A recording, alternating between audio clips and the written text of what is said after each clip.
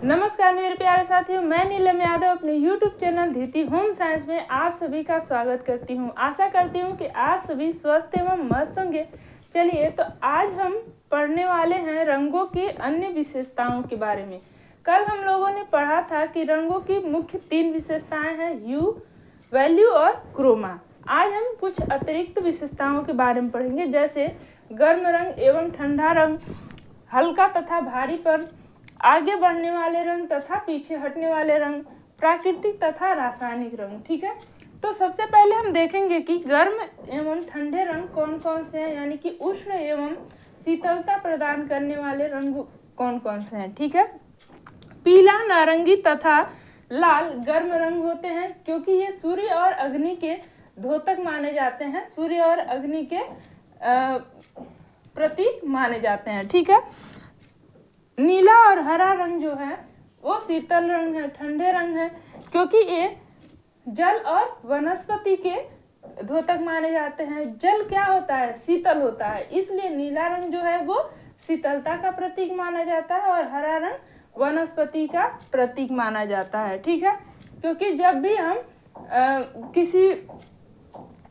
फूल पौधे के पास जाते हैं या फिर हरी भरी जगहों पे जाते हैं तो वहाँ क्या है, शीतलता हमें प्राप्त होती है, एक सुखद अनुभव प्राप्त होता है। तो इस तरह से 2 कैटेगरी में विभाजित किया गया है कि पीला, नारंगी तथा लाल रंग जो है वो गर्म रंग है और नीला और हरा रंग जो है वो शीतल रंग है।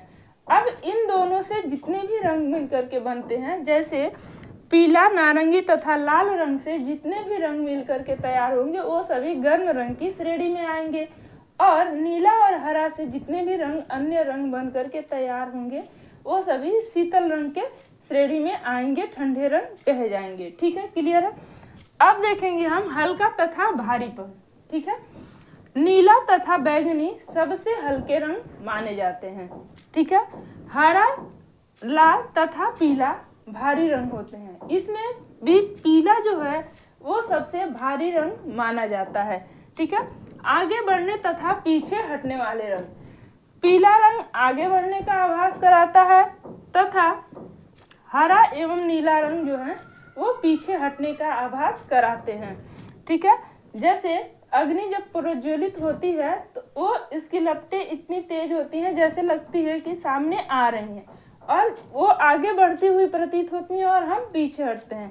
तो एक सीधा सा एग्जाम्पल है छोटा सा कि ये क्या है, पीला रंग अग्नि का वैसे भी प्रतीक है, तो ये आगे बढ़ती हुई प्रतीत होती हैं। ठीक है, और हरा तथा नीला जो है वो पीछे हटती हुई प्रतीत होती हैं। प्राकृतिक तथा रासायनिक रंग, ये जो रंग होते हैं वो मिट्टी से लिए गए हैं। नारंगी, कत्थई तथा लाल रंग मिट्टी के रंग माने जाते हैं। ये वनस्पति गुणों के कारण इसे हम रासायनिक अथवा प्राकृतिक रंग मानते हैं। तो ये जितने भी मतलब हमारे धरती का रंग जो है वो सभी ये प्राकृतिक रंगों के अंतर्गत ही आता है। अब हम देखेंगे रंग योजना। रंग योजना मुख्य रूप से 2 प्रकार की होती है, अनुरूप रंग योजना और विपरीत रंग योजना। ठीक है, एक ही रंग संबंध रंग योजना जो है उसे हम अनुरूप रंग योजना कहते हैं। ठीक है, ये मुख्य रूप से 2 प्रकार की होती है, एक रंगीय रंग योजना और समीपवर्ती रंग योजना। विपरीत रंग योजना को हम असंबद्ध रंग योजना या फिर प्रतिकूल रंग योजना भी कहते हैं। ये मुख्य रूप से 5 प्रकार की होती है। हम देखेंगे अनुरूप रंग योजना। अनुरूप रंग योजना में उन रंगों का प्रयोग किया जाता है जो एक समरूप होते हैं। जैसे एक रंगीय जो रंग योजना है उसे हम सॉफ्ट स्टोन्स, वन ह्यू, वन मोड, हार्मनी कहते हैं। ठीक है, अनुरूप रंग योजना को एक रंगीय योजना भी कहते हैं और इसे सॉफ्ट स्टोन, वन ह्यू, वन मोड, हार्मनी के नाम से जाना जाता है। ठीक है, इसमें क्या होता है, एक ही रंग का ह्यू, क्रोमा, शेड का प्रयोग किया जाता है। फॉर एग्जाम्पल, जैसे मान लीजिए एक रंग हमने लिया, रंगों के नाम को हम लोग ह्यू कहते हैं। एक रंग हमने लिया लाल रंग। ठीक है, अब उसी रंग से हम हल्का रंग हल्का लाल बनाएंगे उसमें सफ़ेद डाल करके, तो वो हमारा हो जाएगा टिंट। ठीक है, अब उसी रंग में जब काला रंग डालेंगे तो हो जाएगा शेड, और फिर उसको और चमकदार बनाएंगे तो हो जाएगा हमारा क्रोमा। ठीक है, यानी कि इसमें एक ही रंग का प्रयोग किया गया है, उसको शेड भी बनाया गया है, टिंट भी बनाया गया है और क्रोमा भी बनाया गया है अन्य रंग मिला करके, यानी कि काला और सफ़ेद रंग को मिला करके टिंट और शेड बनाया गया है और फिर उसको चमकदार भी बनाया गया है। तो ये हो जाता है अनुरूप रंग योजना, यानी कि ये उन रंगों का प्रयोग करते हैं जो कि एक समरूप होते हैं, एक बराबर होते हैं। अब हम देखेंगे समीपवर्ती रंग योजना क्या है। समीपवर्ती रंग योजना को सादृश्य रंग योजना भी कहते हैं। इसमें क्या होता है कि रंगों को दो आधार पर प्रयोग किया जाता है। ठीक है, एक रंग को आधार में लेते हैं और दूसरा उसके आसपास का रंग लेते हैं। जैसे एक छोटे से डायग्राम के माध्यम से समझिएगा कि लाल, नीला और पीला क्या है, हमारा प्राथमिक रंग है। ठीक है, बैगनी, नारंगी और हरा ये तीनों क्या है, सेकेंडरी रंग है, द्वितीयक रंग है। अब क्या हम ये जो समीपवर्ती रंग योजना है ये कह रहा है कि एक आधार होगा। जैसे मान लीजिए ये लाल रंग है, ठीक है, तो लाल रंग को हम आधार मांगेंगे और उसके समीप, यानी कि ये लाल रंग के समीप हमारा दूसरा रंग क्या है, नारंगी है, जो कि सेकेंडरी है, और इसके दूसरी तरफ अगर देखेंगे इसके समीप तो ये बैगनी है। अब एक आधार रंग यानी कि लाल रंग को अगर हम नारंगी रंग में मिलाते हैं तो उससे जो हमारा रंग बन करके तैयार होगा वो होगा नारंगी लाल, यानी कि ये तृतीयक रंग बन के तैयार होगा, नारंगी और लाल। ठीक है, अब हम इसी लाल रंग को अगर बैगनी रंग में मिलाते हैं तो इससे जो हमारा रंग बन करके तैयार होगा वो होगा लाल और बैगनी। ठीक इसी प्रकार से अगर हरा रंग है तो हरे रंग को अगर हम पीले रंग में मिलाते हैं तो इससे जो तीसरा रंग बन करके तैयार होगा वो होगा हरा पीला। ठीक है, इसी तरह से अगर इस हरे रंग को हम नीले रंग में मिलाते हैं तो होगा हमारा नीला हरा। ठीक है, तो इस प्रकार से जो समीपवर्ती रंग योजना है इसको तैयार किया जाता है।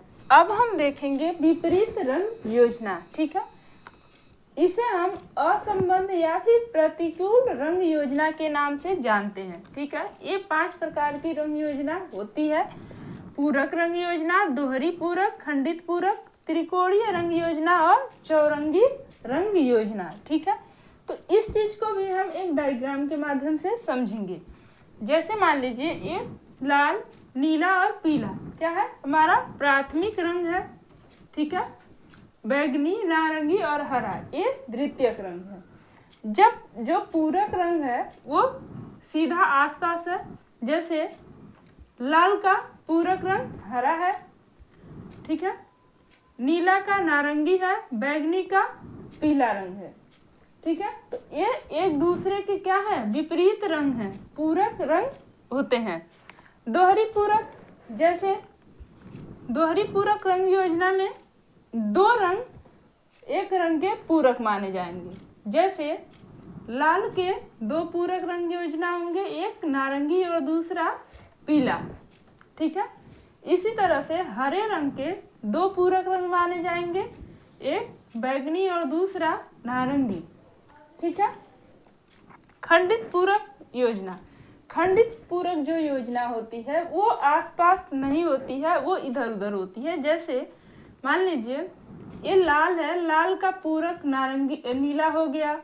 ठीक है, फिर नारंगी का जो पूरक है वो लाल हो गया, तो क्या है, ये खंडित है, आमने सामने नहीं है, फिर भी ये पूरक रंग योजना है। त्रिकोणीय रंग योजना, त्रिकोणीय रंग योजना में ये देखिए लाल का पूरक नीला और पीला, फिर पीले का नीला, तो ये क्या है, त्रिकोणीय रंग योजना है। चौरंगी योजना, ये एक दूसरे के क्या है, पूरक है, तो ये हो गया हमारा चौरंगी रंग योजना। तो इस प्रकार से हमने देखा कि प्रतिकूल रंग योजना जो है वो 5 प्रकार की है और जो पूरक रंग योजना है वो सबसे अच्छी रंग योजना मानी जाती है। बाकी तो जब जैसे जैसे बढ़ता जाता है इसका कैटेगरी तो वो उदासीन होती जाती है, उसका कोई बहुत ज़्यादा अच्छा प्रभाव नहीं देखने को मिलता है। तो इस प्रकार से हमने विपरीत रंग योजना भी पढ़ लिया।